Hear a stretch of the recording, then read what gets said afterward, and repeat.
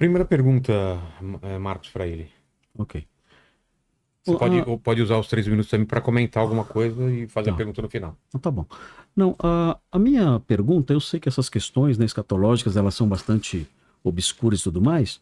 Eu não sei se as pessoas todas que acompanham o programa, né, estão familiarizados com É bom a gente questões, né? A gente falar.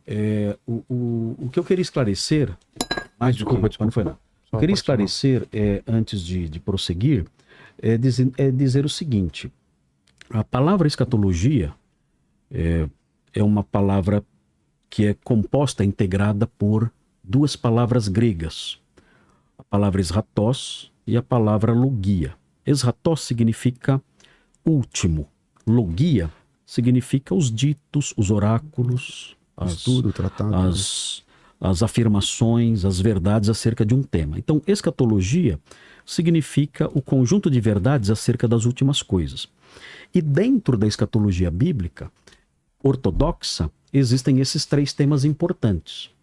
Existe a expectativa da ressurreição dos mortos, existe a expectativa da grande tribulação e existe a expectativa da volta de Cristo. O pastor César, ele é pós-tribulacionista. Qual é o significado dessa expressão? Essa expressão significa o seguinte, que Cristo, antes de Cristo voltar, haverá uma tribulação e a igreja vai passar por essa tribulação. E passando por essa tribulação, então sim, ela será arrebatada.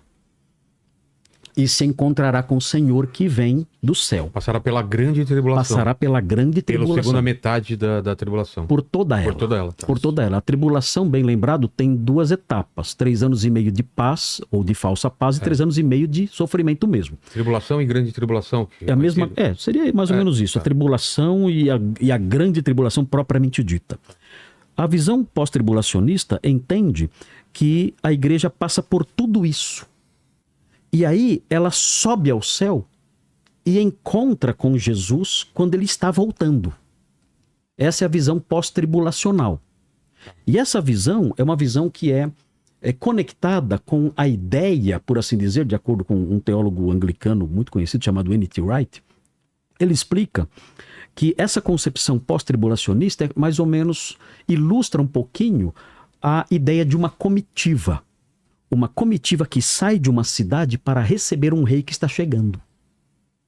Então, o rei está chegando, sai uma comitiva especial, recepciona esse rei e volta com ele para tomar posse da cidade. Essa é a concepção, a rigor, a concepção pré-tribulacionista e pré-milenista histórica. Então, a igreja sobe, ela é arrebatada depois da tribulação, se encontra com o Senhor nos ares, o recepciona como uma comitiva para recepcioná-lo e volta com ele. Ok? Essa é a concepção pós-tribulacionista. A minha pergunta ao pastor César seria a seguinte, eu não sei se eu vou ser claro aqui, mas Apocalipse 19, 6 a 8, Apocalipse 19, 6 a 8, fala o seguinte: então ouvi uma voz de numerosa multidão, como de muitas águas e como de fortes trovões, dizendo: Aleluia, pois reina o Senhor, nosso Deus, o Todo-Poderoso, alegremo-nos, exultemos e demos-lhe glória, porque são chegadas as bodas do Cordeiro, cuja esposa a si mesma já se ataviou, pois lhe foi dado vestir-se de linho finíssimo, resplandecente e puro. Aqui a Igreja de Cristo é descrita como a noiva vestida de linho finíssimo, resplandecente e puro. E quando nós chegamos no versículo 14, que fala sobre Jesus voltando, o texto diz: e seguiam-no os exércitos que há no céu, montando cavalos brancos, com vestiduras de linho finíssimo, branco e puro.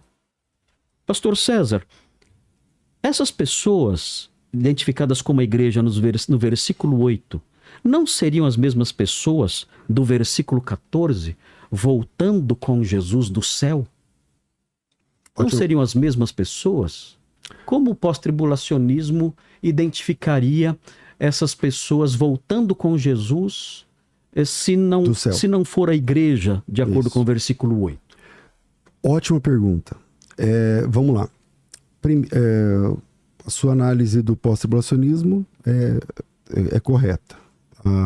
A ideia de que a igreja encontra com Jesus nos ares, conforme está em Tessalonicenses capítulo 4, versículo 16, e a partir de então, a igreja segue a agenda do noivo, porque ali é o encontro da noiva com o noivo, e a partir de então, como todo casamento, que se preza, a esposa segue a agenda do esposo.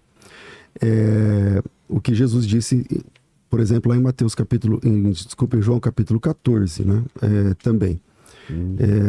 E aqui em Apocalipse capítulo 19, óbvio, eu também concordo que é a igreja. O senhor leu aqui o versículo 6, né?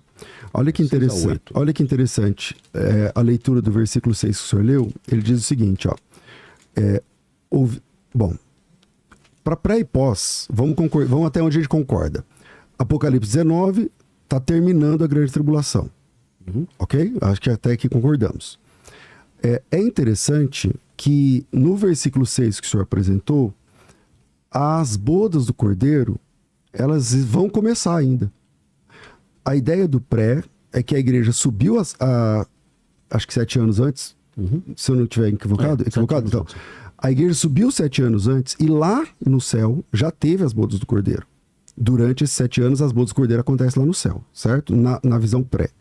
Só que aqui não diz isso. Aqui está dizendo que, mesmo versículo que o senhor leu, eu vi uma voz numerosa multidão, com muitas águas, não sei o que e tal, e no versículo, aleluia, pois reina o Senhor nosso Deus Todo-Poderoso, alegremos e exultemos, demos-lhe glória, porque chegou a hora das bodas do Cordeiro. São chegadas as bodas do Cordeiro. Quer dizer, então isso desconstrói a ideia de que as bodas já aconteceram 7 anos atrás, ou durante 7 anos, nos 7 últimos anos. Pelo contrário, aqui está dizendo que chegou a hora das bodas do Cordeiro. É esse versículo que o senhor apresentou, está dizendo que as bodas, chegou o momento. E esse momento, conforme concordamos, está no fim da grande tribulação. Então as bodas vai começar, não é que já passou. E no versículo 8, diz, e foi-lhe dado para a igreja, né, vestir-se de linhos finíssimos, resplandecentes, quer dizer, ela está preparada para as bodas. Esse vestido é para acontecer as bodas, que é o casamento e tal.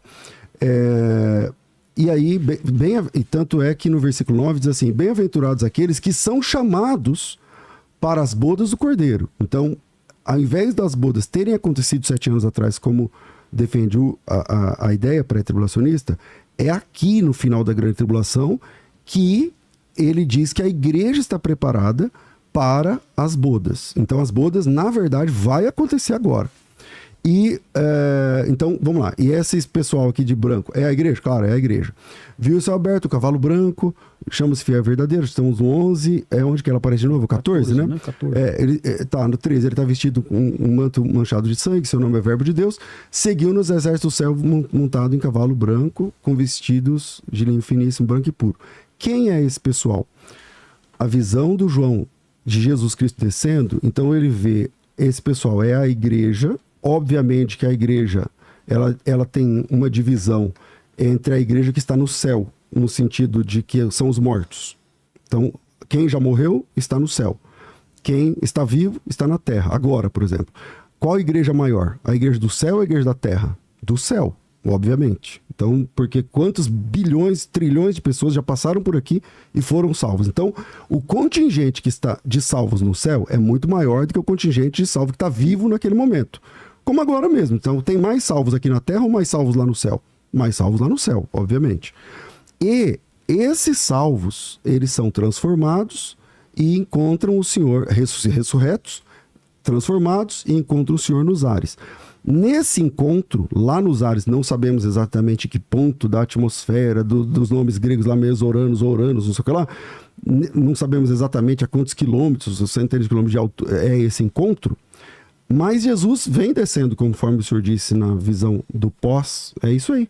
Então esse exército é a igreja, formada tanto pelos arrebatados quanto pelos ressuscitados. E eles estão descendo agora com Cristo dos céus. Então, eu concordo que seja a igreja. Agora fica a questão das bodas também. Os arrebatados, eles... Réplica, é 3 minutos. Desculpa. Só pedir uma coisa pro pessoal, mandar pergunta, né? O pessoal tá mandando poucas perguntas. E, por favor, coloca para quem você quer que responda a sua pergunta. É pro César ou pro Marcos. Então coloca a pergunta e para quem que é, por favor, vai mandando superchat aí. Desculpa, pastor. Não, tranquilo. Não, é réplica? Não, eu só queria entender melhor. Na sua concepção, a igreja sobe e já desce então com ele.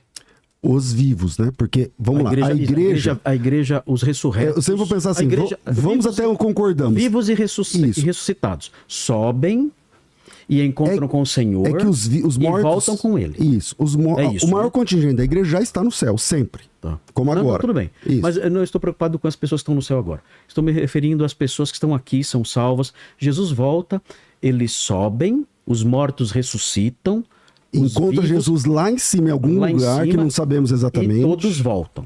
Porque na sequência... Todos voltam, é isso. Porque assim, a sequência do encontro com a noiva, da noiva com o noivo, a agenda da noiva é o noivo. Então eles voltam com o Senhor. Porque o texto diz, seguiam-no. Para onde o Senhor está vindo? Está vindo para a terra. Então estão seguindo para a terra. Então eles voltam para a terra. Eles encontram Jesus lá nos ares e a partir de então a agenda deles é estar com Cristo. E aí porque o texto de Tessalonicenses diz assim, ó, encontraremos o Senhor nos ares e assim estaremos para sempre com o Senhor. Ele está descendo. Tá. Então é essa a ideia. Sim. Então eles sobem e descem. Isso. Então é a comitiva mesmo que recebe o Senhor, que está chegando como uma comitiva, que subiu, encontra com ele e desce com ele para onde ele vai julgar as nações. Eu nunca tinha pensado nessa história da comitiva, mas casa bem. É uma figura que o N.T. Wright menciona. Na realidade, essa concepção da comitiva é uma concepção que é um pouco estranha à ideia do Novo Testamento. E é estranha também ao conceito de casamento, de casamento no Novo Testamento. Parece que a concepção pré-tribulacionista se encaixa melhor na ideia neotestamentária pelo seguinte, Vilela e pastor César. Na concepção pré-tribulacionista, a ideia de casamento é preservada no seguinte sentido. Naqueles dias, quando havia um casamento, o noivo vinha até certo ponto na direção da casa da noiva e a noiva ia ao seu encontro. Não era uma comitiva, era uma noiva que ia ao seu encontro. E então, quando os dois se encontravam, o que eles faziam? Eles iam para a casa da noiva? Não. Eles iam para a casa do pai do noivo. A noiva saía ao encontro do noivo, o noivo então tomava a noiva, levava para a casa do seu pai, e ali havia um banquete, e nesse banquete, num dado momento, o noivo levava a noiva para uma câmara, e ali havia a consumação do casamento. Então, o que parece mais conectado com a realidade, com o imaginário, com a figura bíblica, com as metáforas bíblicas, é muito mais a concepção de casamento nesse momento do arrebatamento do que de comitiva recepcionando um rei que está chegando.